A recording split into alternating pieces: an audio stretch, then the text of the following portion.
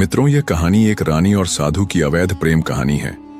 इस कहानी में दिखाया गया है कि कैसे एक रानी ने अपने राजा की आंखों में धूल झोंककर एक साधु से प्रेम लीला रचाई और अपने सुंदर राज्यपाठ को छोड़कर जंगल में निवास करने लगी। फिर वह कैसे अपने राजा को मौत के घाट उतारने के लिए साधु के साथ मिलकर साजिश रची और फिर उसके बाद वह साधु उस रानी को कैसे गर्भवती करता है। चलिए मित्रों, कहानी को पूरा सुनते हैं, क्योंकि इस कहानी में सभी कहानियां से ज्यादा मजा आने वाला है। गर्मियों की वह शाम सुनहरी धूप से सजी थी।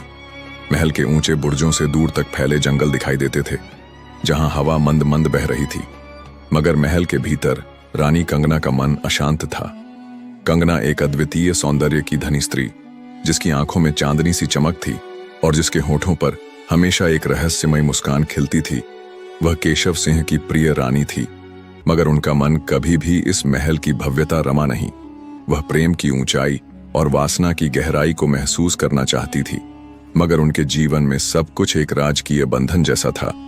महल की चौखट पर खड़े होकर उन्होंने अपनी दासी से पूछा, क्या कहा तुमने? कोई सिद्ध साधु यहां आया है? दासी ने सिर झुकाकर कहा, हाँ रानी साहिबा, लोग कहते हैं कि वह कोई साधारण साधु नहीं है। वह योग और तपस्या में लीन एक सिद्ध पुरुष है, जो भविष्य देख सकते हैं और मन की गहराइयों को पढ़ सकते हैं। कंगना के होठों पर हल्की मुस्कान आ गई। मन की गहराइयों को पढ़ सकते हैं? क्या वह मेरी भी बेचैनी को समझ सकते हैं? रानी ने सोचा कि उन्हें इस साधु से मिलना चाहिए। मित्रों, आगे क्या हुआ जानने के लिए नीचे दिए गए लिंक पर क्लिक करें।